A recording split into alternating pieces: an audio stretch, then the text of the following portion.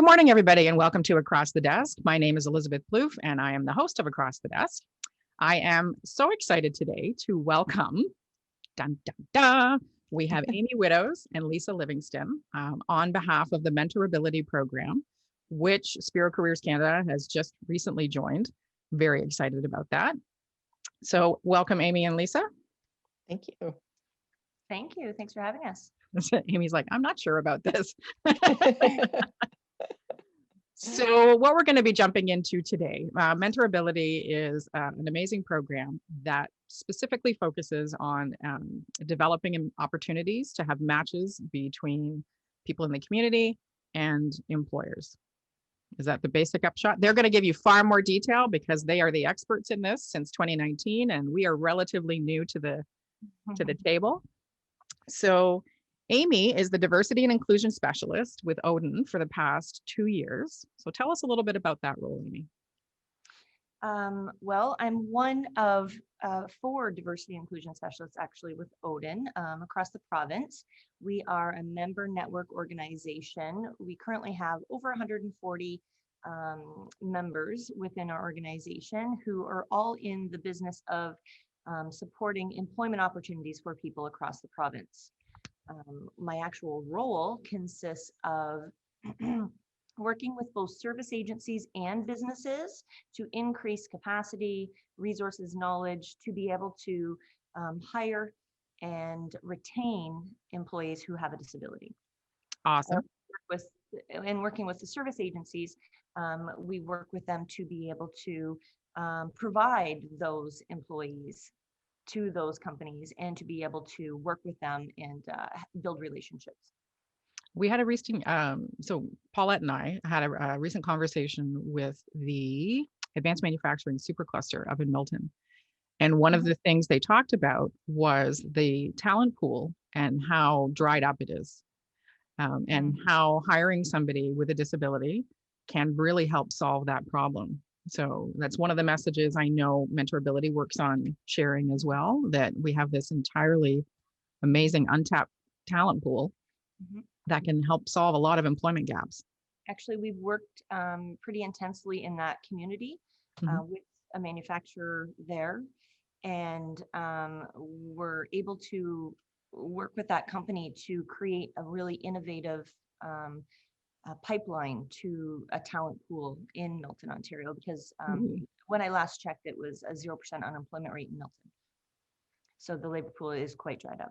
It is quite dried up. Well, we'll get into that. So we have an announcement to make later, which ties into what Amy's talking about. And as we are all guilty of with acronyms, what does Odin stand for? The Ontario Disability Employment Network. Awesome. Which I've gone to a few of their events. They're absolutely fantastic. That's good. Thank you. And welcoming Lisa Livingston from March of Dimes. Thank you. You're welcome.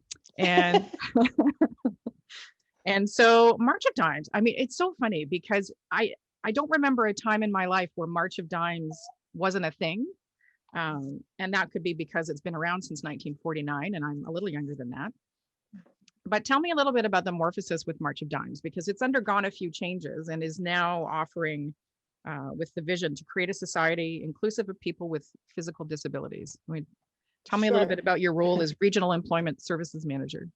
Okay, so to start, so March of Dimes has been around, as you said, for almost 70 years. I think we celebrate our 70th anniversary this year, working with people with disabilities. We started out actually with mothers marching for dimes to help find a cure for polio. And once the vaccine was developed, as you said, it's gone through many changes and morphed into a now national organization. We have over 25 different programs helping people who have disabilities, from independent living programs, post-polio, stroke, and employment services, which I've been working in for just over 16 years. My role as regional service manager has changed as well over this 16 years, which has given me many different opportunities to work with fantastic companies and agencies, and now partnering with Odin on the MentorAbility Canada project with CASE. So, Odin and March of Dimes, as we said, it's been partnering on this project for a little over a year. And it's really given us the opportunity to reach out to various organizations like you guys, and help connect people who have a disability with employers in the community, help employers learn about, as you said, this non-traditional source of talent, a much needed source of talent, and learn about the skills and abilities that people who have a disability can bring to their business, as well as help connect people who have a disability with businesses, with employers, help them learn about careers that they might be interested in, and help make those networks and connections. And as what we've seen with MentorAbility, to employment in some cases. One of the things I find fascinating, and I think we've all seen, like in the 80s, there was a huge trend away from trades. It was all about moving into technology and moving into white collar work and desks and all the rest of it.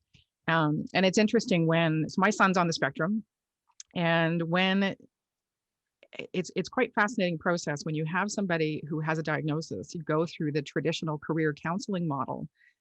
They really get stuck in what are considered traditional autistic roles. Mm-hmm. And they did not steer him towards what would support his strengths. Mm-hmm. What I love about the MentorAbility program is that it allows communities, with or without a disability, to learn more about options that are probably not presented in the traditional career coaching model, which is amazing because you have all of these incredibly diverse, talented people, but we get stuck in what is considered the traditional role for somebody with autism or somebody with polio or somebody with any kind of diagnosis versus looking at the capabilities of the individual. Yeah, and it's driven by the individual. So the individual is coming and saying, this is what I'm interested in. This is what I want to learn about, and then we're seeking mentors to make the connection with that person. So it's really, as I said, individualized. It's what the person who has a disability is looking for, what they need and what they want to investigate further. And then we're looking for mentors. And, Amy and I can tell you that the response from employers has been phenomenal. They're very excited about it. They're very interested in sharing their knowledge and their experience and networking with someone and giving them that sort of inside information and, as I said, in some cases, employment. Which is, so just like we had the shift in the 80s towards more of the white collar technology. And then in the 90s, it was the big .com explosion. And you have incredible agencies like Specialist Cerna and Auticon and whatever that are capitalizing on the interests of people with disabilities in technology and what have you, which is amazing. There's also been a wonderful shift for employers towards further understanding of diversity and inclusion within their workplace. And understanding that the only phrase that comes up is they're cutting off their nose to spite their face by not looking at this disability talent pool. So as a disability and inclusion specialist, Amy, what have you seen over the last few years in that shift for employers that's making it easier now? Right. Well, that brings me back to the three main outcomes of this project. From inception, the three outcomes are to increase employers' capacity, to increase job seekers' participation, and to increase stakeholders' commitment. So one of the main parts of the work with MentorAbility is to give employers the tools that they need to be successful in obtaining employees from that labor pool, in retaining those employees. I was just going to say that's the key thing. That is the key thing, and to assist them to build relationships with those service agencies for reach out, for support long term, for the job coaching pieces of things if there was employment along or after the MentorAbility with hopes. But what we've seen in the province in the past several years is that employers are recognizing that this is a really beneficial move for their own organizations, not only financially, which is of course the business case, and we've all heard that 100 times, that it is good for business because of all the statistics that go alongside with hiring someone who has a disability, this like productivity and attendance and lack of absenteeism, loyalty in the job. Yes, and result of injury or less. Besides those things, business are finding that when hiring people from a diverse labor pool, they're seeing that the culture of their business is changing. 100%. they're really seeing changes in their own organizations, and it's a positive move, and it's a value added move. And right now we know that in Canada we have a labor shortage. More than 1 million people, skilled labor or unskilled labor, there's shortages, and the estimate is within 2033 it'll be over 2 million. Jobs, so not enough jobs or not enough people? Not enough people. So Oh. businesses are being forced Oh, that's kind of, in a population of 37 million across our country, that's extremely significant. Mhm. So businesses are looking for innovative labor solutions. And when you look at all the statistics and all the benefits of hiring someone who has a disability, I mean, it's the obvious way to go. So MentorAbility introduces the system to employers who may be on the fence about hiring someone who has a disability. It gives them the opportunity to work beside someone for a day. Currently, it's on a virtual platform, but that's also really beneficial. Yeah. But it's giving them the opportunity to see that it's not scary to have someone who has a disability work within your organization. They're seeing that this person is a high degree of initiative. They are interested and Motivated. generally motivated to work in that field. So really, we've had a success rate just this past year, including virtual sessions as kind of the transition tool, 17 cases of people who have hired from this program, which wasn't an outcome we were looking for at all. It's not even something we were it's not one of the deliverables of the program. However, we're finding that it's becoming a real asset to employers, the program. Well, you're just showing that the validity. So it's a 3-year program that was launched with a joint application by March of Dimes and Odin to deliver the MentorAbility program in partnership with CASE, which is the Supported Employment Association, I believe. Canadian, yeah. Canadian Association. See, acronyms, I'll get you every time. It's actually the Canadian Association for Supported Employment. There you go. It's, you know what it is? It's their website address that gets me, because it's not the same as anyway, that's a communication. But see, and now I've lost my train of thought, which tends to happen. So yes, we did apply in partnership. The umbrella organization is CASE, who is delivering the program nationally. There are 8 provincial hubs throughout the country, and we are one. We're the only province with 2 leads. However, it's working out really great. Our mission was to take this program and make the most that we could out of it in our short 3 years. And that was part of the reason we joined forces to do that, because both organizations have quite a reach, and we wanted to utilize it to the best way that we could in all communities across the province. And to date, we have signed, I think it's 29 service agencies who specialize in employment across the province, who have taken on this project and are facilitating it in their own organizations throughout their own communities. And so did you find, and for March of Dimes as well, obviously, that previous barriers was the ability to provide a consistent message of education for employers? Because that would be the barrier right there, is getting the employers and overcoming all of the myths and misconceptions around hiring somebody with a disability. So Lisa, did you find that March of Dimes was running into that problem as well? And this has sort of helped to make it easier? think, I mean, March of Dimes and all the other organizations helping people with disabilities find employment, that, I mean, we consistently, one of the greatest barriers to somebody with a disability seeking employment is a negative employer perception. And that's not necessarily intentional. And I mean, it's not intentional. It's lack of knowledge, lack of experience of working with somebody with a disability. And again, the myths that prevail. So the MentorAbility program has really been a great opportunity for sort of, we call it like a softer introduction, and just an opportunity to introduce to people and let them experience some commonality as far as, you know, work interest, etc. And we've even been able to match a few people who have other common interests. So really to be able to develop that rapport and that exchange, and absolutely, it's been a great opportunity for employers to learn, and they want to learn, but they haven't necessarily had that opportunity before to do so. We've had excellent feedback. As I said, employers have participated and then, asked to participate again. And we've had some, we do some surveys and things. I reviewed them the other day, and employers are saying, thank you so much for introducing me to such a quality person. We enjoyed it so much. We enjoy meeting them so much. We've offered them employment. Or this person is going to be successful in whatever they do. So it's definitely provided those opportunities. And we do collect statistics on, has this helped the employer learn more about the skills a person with a disability can bring forward and things like that. And they were all saying yes. So we've had very positive feedback.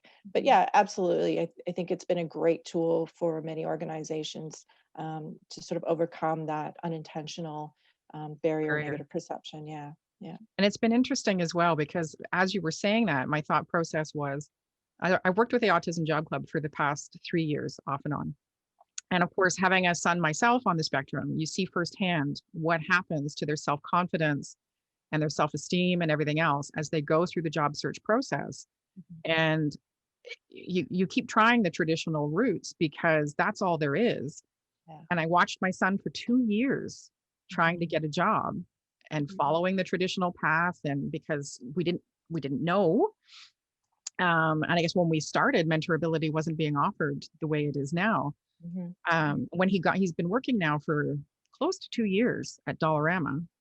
And they've had a very successful, like, he's worked all through COVID, very supportive employer. He has not disclosed his diagnosis, but has managed to do really well. I can't imagine how much easier it would have been had we known and had this been available, and how much easier it can be now for folks to get involved.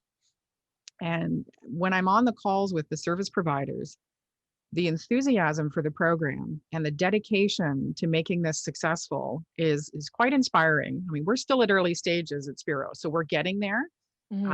Paulette with ComSpectrum Consulting has been my business partner, has been doing this a lot longer. So she's, right now it's a bit challenging. COVID's putting a kink in a lot of stuff. From a personal perspective, I graduated in 2012 with my postgraduate in corporate communications, but I was an older graduate. And trying to get in was a bit of a challenge. I ended up doing 14 informational interviews, which is similar to, the process that MentorAbility offers. So from a personal perspective, highly recommend this process because it's low risk on either side. We recently made a match outside of MentorAbility. It was a happenstance thing. And the employer, which was amazing, said, I don't want this to go bad. Like if the person isn't interested or it's not a good fit, how do I navigate that?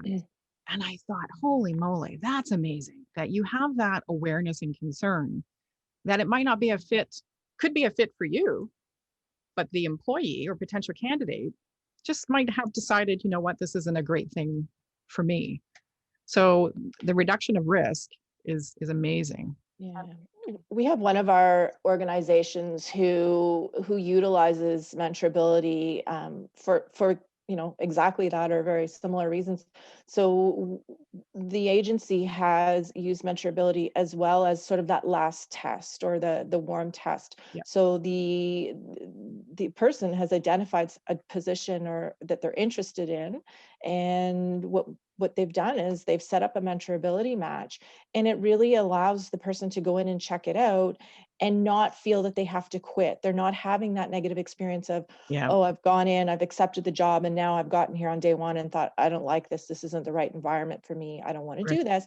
And they're in that really uncomfortable, negative experience of having to quit, or the employer recognizing, this won't be it's not working for the person, right? And the same thing, the employer doesn't want to have, and they're almost always, their concern is the person who has a disability, not them or their business, but they can recognize this isn't a good fit and we don't want the person to have a negative experience. So MentorAbility, again, has been a great fit for that certain situation as well. Well, setting up for success versus that failure specter.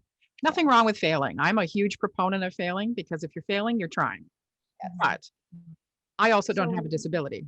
So it's differently handled in that capacity. When we got into this program, we could see, or I could see the benefits to obviously the proteges. I could see the benefits to the employers, to increasing their awareness and participation in hiring. However, what I didn't know was the benefits that the employment service agencies would find from this. Huge. When I put it together, though, with my work with Odin and now the work with MentorAbility, it's filling that gap, because we know that service agencies across the province, across Canada, are struggling with capacity. The capacity is so low, and they are job developing for people who sometimes, in a lot of cases, have no idea what they want to do, what their skills, talents, or abilities even are. So they're job developing and losing that capacity as for trials, because people are getting into these positions and saying, like Lisa just said, I don't like it. So MentorAbility fills that gap. People are able to try things out for one day in a job shadowing way, not a job trial way. It's strictly a one-day mentorship, but they're able to ask all those important questions of the employer. They're able to have a tour or a virtual tour. They're able to maybe speak with another employee to say, what is the real deal with this position? Which don't we all wish we could do that in certain situations? What are the negatives? What are the positives? And then the person is able to kind of gauge, is this something that I would be interested in based on my own desires for employment? And then they could try as many as they wanted mentorships before the employment service agency goes out and job develops for some positions that are maybe available already or an easy fit. So that is a real benefit I see to employment service agencies in this province because of that lack of capacity right now. And I mean, it's working and people are using it for that. And we talk about, we're often talking about students, and we're working with a lot of service agencies who do have students, so universities, colleges, high schools even. But we also have worked with organizations, our own organizations in Ontario, who have used this program for people who want to change careers and just aren't sure that they want to make that jump. Right. Or they want to go on to post-secondary and not sure if they should spend that investment in doing that. So my own daughter's struggling with that. Exactly. Like she's, no challenges, no disabilities, no nothing. Struggling to pick a focus. I think that we all do at that age. She's 21. And so she has done some post-secondary, but what's that? We just don't know our options. And particularly there's too many options. Particularly with people who have a disability, a lot of times in high school or even some post-secondary courses, we don't have the opportunities that other people do for experiential learning opportunities or co-ops. They're not exposed to some other opportunities or after school jobs. So this program is offering people an insight to opportunities that we wouldn't necessarily see. So in the summer, Lisa and I held an 8-week employment series throughout once per week throughout the entire summer, where we introduced different occupations to people through a webinar. And that employer would speak about their journey for 30 minutes with a live audience who were able to chat in questions of interest. We did record them and uploaded them onto our YouTube channel, so MentorAbility Ontario YouTube channel for future viewing. But we try to have a real diverse group of people who occupations where they were maybe entry level or occupations that were university degree necessary positions. So to give people a look at things that wouldn't be typical occupations that we'd be introduced to. We had a news anchor or a radio broadcast person on speaking about their journey, and I made someone from manufacturing and someone from a financial advisor, someone who owns and operates their own early childhood education center. So different things that people may have interest in, and we did have a lot of interest, a lot of hits on our YouTube channel afterwards, and service agencies are saying they're able to use those as training tools. As training tools, yeah, exactly. 100%. Because the questions will be pretty typical that other people will have and that they're able to see and hear those questions. Well, you made a valid point at the beginning around Odin being a membership model and MentorAbility being a membership model. And that's one of the, we had a previous conversation before this podcast, and one of the points that came up was how challenging it can be in a small organization, but also in a large organization, to get the conversation going about different marketing messaging and marketing tools and the expense and the knowledge base and what's required. And it is such a challenge for agencies to be able to address every possible connotation of communication that's out there. The value, I don't know if this would be considered a hidden value. You mentioned earlier that you've had some outcomes you weren't expecting. And I think one of the benefits for agencies is this accessibility to documentation that helps them build their business case and helps them in their quest to educate employers and educate proteges, and not have to go to the expense and not have to, develop the messaging and go through that process. They can access stuff that's been created and vetted, and they can also benefit from the social proof of great agencies that are supporting it. Absolutely. And part of the benefit of engaging in this program is that CASE, our umbrella organization, has now developed what they're terming an employer toolkit. And it's free resources for employers on increasing opportunities and how to retain employees who have a disability. And it's constantly evolving, and they're constantly adding resources, and we're able to share those through the pipeline of MentorAbility, which has been an added bonus for employers and service agencies as well. I think sorry. No, go ahead, Lisa. I say, Amy likes the term happy accident. And I think, COVID has slowed us down in so many ways, but one of the happy accidents or outcomes of that has been the opportunity that we have for the clients and the agencies to access employers virtually, which has really expanded the field and the occupations that people are able to explore. And I think that's really been another benefit. We're in the process of connecting and sort of sharing connections amongst the province and then eventually nationally, so that if you have a small town up north and you have a client who's interested in an occupation that perhaps is not easily accessible in your town, you can tap into the network that we have, and we can connect the client with somebody here. And we've done that with some large corporations in Toronto, and we've connected them with people in North Bay, for example. And I think that's been also, as I said, a surprise and a happy outcome of COVID, is that it's really opened up our comfort levels with virtual meetings and opportunities. So it's really expanded the reach for agencies as well, for their clients, to be able to search out new programs and things, or new occupations or things they wouldn't have as easily access to there.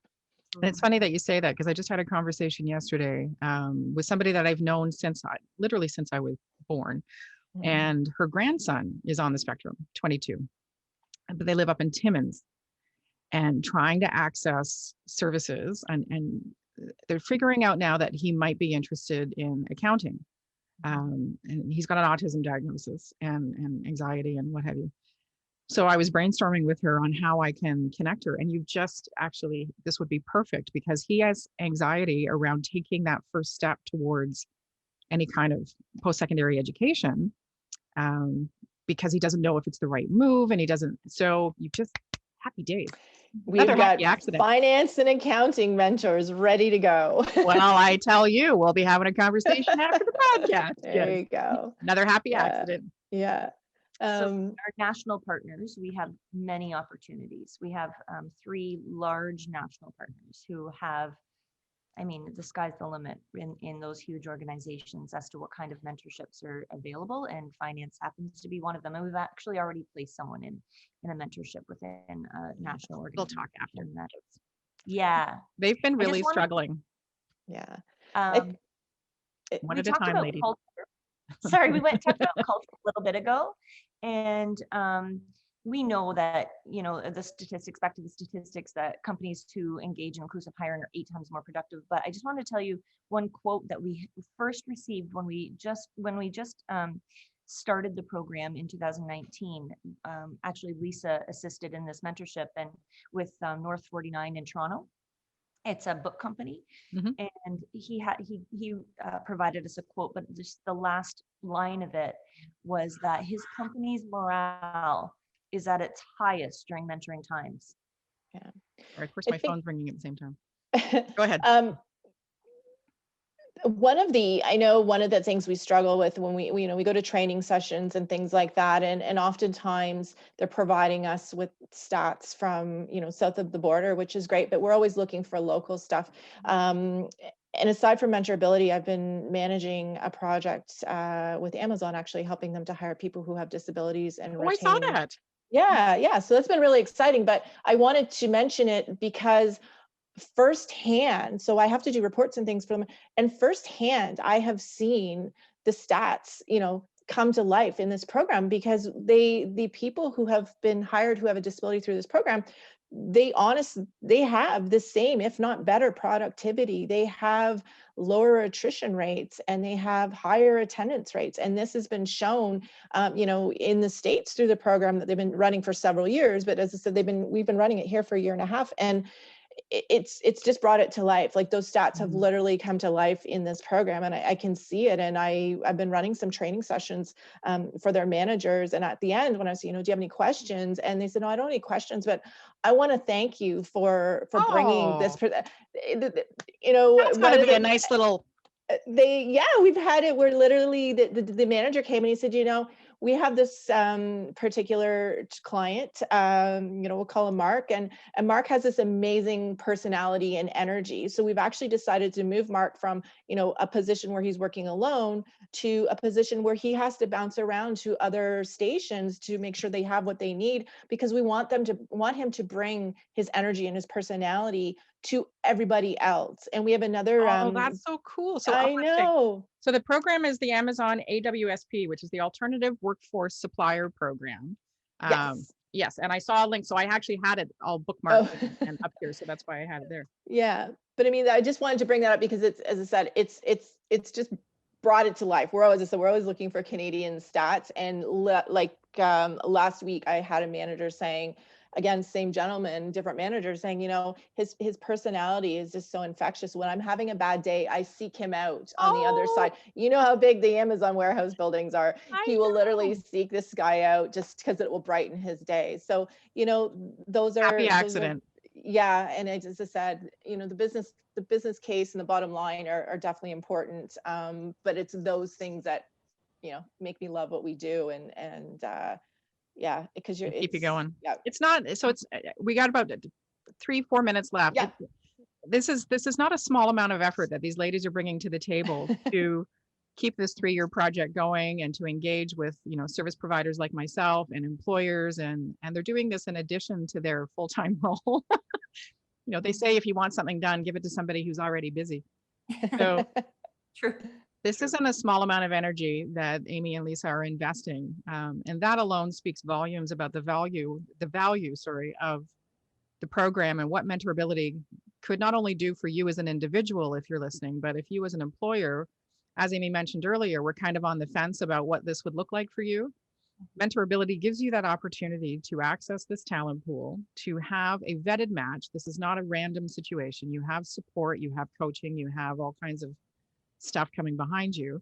And we're going to be getting into more of the detail around MentorAbility and what it can offer, and success stories and what have you, in future podcast episodes. So here's that little announcement we talked about at the beginning, where Across the Desk and Spiro Careers Canada is partnering with MentorAbility to do this podcast so that we have another way of reaching people. Like we discussed earlier, the more opportunities we have to educate and share resources and change minds and change lives, the better. I've been doing this podcasting gig for a bit, so this is super fun for me. Plus, I like talking, so never a challenge. If we've piqued anybody's interest, where would be the best place for them to go and start checking out information? Because there's a couple of different places to go to find out about it, but what's the one you ladies recommend? Well, they could go to the actual case website, where they will find the heading initiatives and then MentorAbility. That's our main landing page. However, which is www.supportedemployment.ca. And then they could also go to LinkedIn. We do have a LinkedIn page, MentorAbility Ontario. Seek it out and join it. Press join.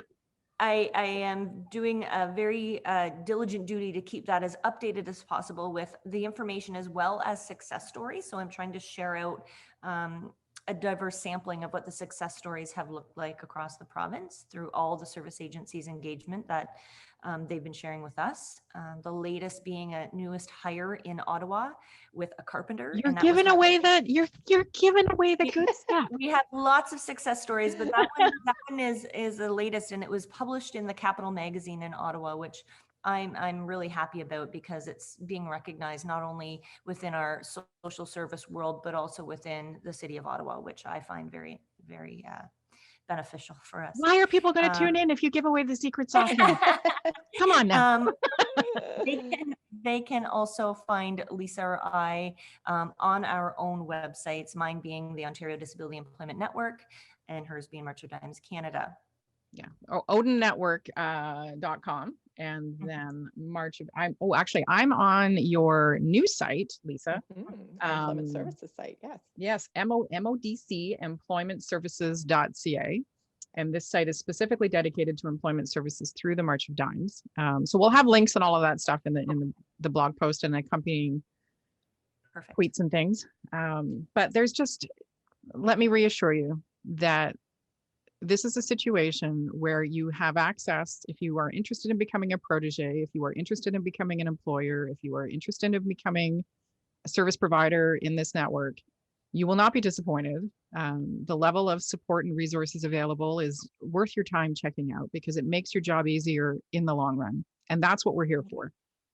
We're here to not only lighten the load on the service providers, but to see that increase in matches. And I think you had mentioned sort of an approximate statistic. There's been, I can't remember, over 80 matches. Yeah, over 80 in the last year and a half. Year and a half. Yeah. Yeah. I mean, that's incredible right there. Yeah. So this is an opportunity for you to get involved in something like this. It's only got positives. It's only got happy accidents. So, now I have more resources to share with my friend's son's family. That right there makes me really happy, because when you see somebody, I know that struggle. I've been there. I've watched my son struggle. I've watched him try and get a job and use traditional routes, and with some support, but certainly not what we could have accessed. And the fact that it can reduce anxiety, it can open opportunities, and it can create partnerships that you weren't expecting is just even more fantastic. It is. Elizabeth, if I could just say quickly too, just to make sure we've kind of been clear as well. So also for people who have already perhaps completed education. So I've been working with a young man at Laurier who he's finished his business admin degree, and he's doing a little bit of post-secondary education. But he's been utilizing the MentorAbility to narrow down his goal. So he has, so we know exactly what he wants to, or he's finished his training, and he wants to go into sales and uses a business admin degree. But now it's helping him to narrow down what type of sales. Because it's such a broad. Yeah. So it's, great for that as well. So I just want to make sure everybody realizes, regardless of where you are in looking for work and identifying career goals and clarifying career goals or narrowing them, it's a great opportunity for that. Yeah. I think the best step, if you're not sure if this is for you, if you are sure it's for you, regardless, it's more if you're not sure if it's for you. The only way you're going to know for sure is to go and check out the websites that we've discussed, and to take that 10 minutes to get in touch and have that conversation. It's a very low investment. There's no risk. And all you're going to gain from this is knowledge and connections. So and there's no cost. No cost. Yeah. And we love to talk about it. So it's been a really shy conversation. You guys have been the worst for sharing. So, one of the hardest podcasts ever. Yeah. And you mentioned how to contact us, and in the link, obviously we'll share contact information, but we are not adverse to just pick up the phone and give me a call or give Lisa a call, and we'll have that conversation and let you know the details personally. We're open to doing that for sure. From personal experience, they did that for me. So it was awesome. So thank you for joining me today, ladies. I'm looking forward to our next few series. And they're still going to be this early in the morning. So the whole conversation about hair and makeup and everything, every time. You want to wear pajamas below the belt, that's up to you. Thanks, Elizabeth. You're very welcome. It was wonderful. All right. So everybody, please check out the websites. We will have the links because there's quite a few for you to access. But this session has been about the MentorAbility program that's available in Ontario and across Canada. My guests today have been Amy Widows from Odin, the Ontario Disability and Employment Network, and Lisa Livingston with March of Dimes. And lots to learn, lots to share, lots of opportunities. And this was a happy accident. So this was great. Thank you. Thanks so much, Thanks, everybody. Elizabeth. We'll talk Thank to you you. soon. Bye-bye. Bye. Bye.